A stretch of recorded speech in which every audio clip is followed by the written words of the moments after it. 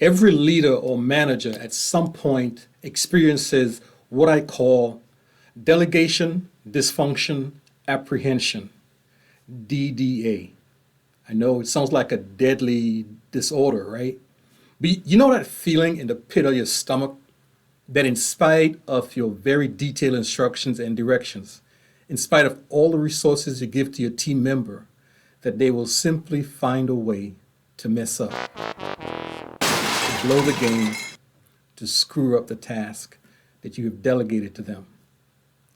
Delegation dysfunction apprehension. And you know what happens when your team member messes up, right?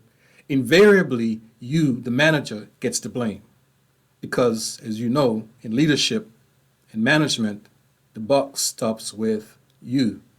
The buck stops with me.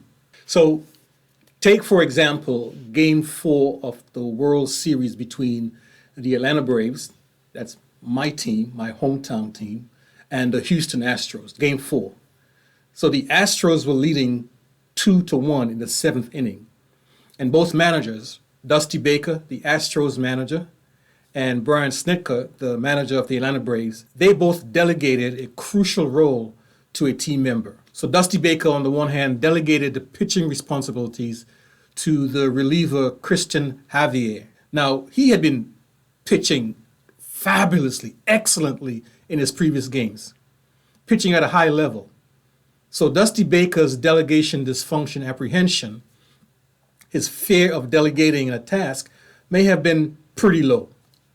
But trust me, at some level deep inside, that feeling of DDA still lingered, that there's a small chance that maybe as good as Christian was, that he might blow the lead, right? Delegation dysfunction apprehension. Now, Snitker, I can never pronounce his name correctly, Snitker, the Braves manager, delegated the hitting responsibilities to Jorge Solero. He asked Solero to pinch hit in the 7th inning. Again, as with every major delegation decision, I'm sure Snitker had that feeling that his decision could backfire. It could go wrong. There's always this lingering DDA. And someone that says they never have that DDA is probably not really in touch with their feelings as a leader manager. All right. I'm sure, like these two managers, you have delegated critical task projects to staff, and you've had this feeling of delegation dysfunction, right?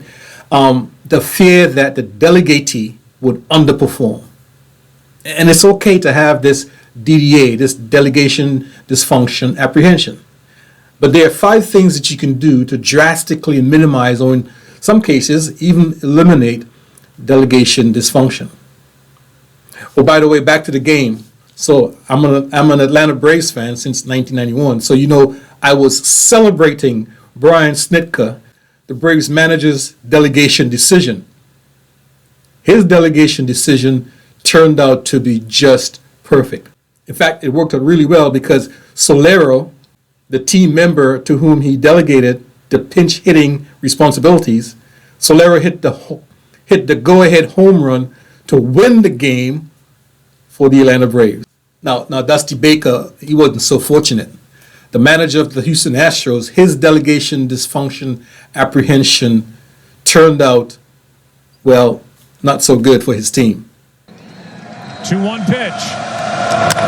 Driven in the air to left. Back at the wall. It is gone! Back to back! Braves take the lead. 3-2.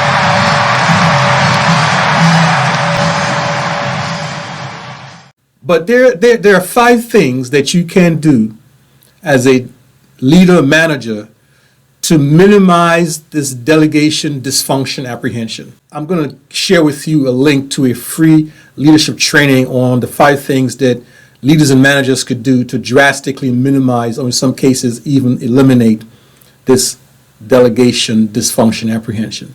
Check out the link below.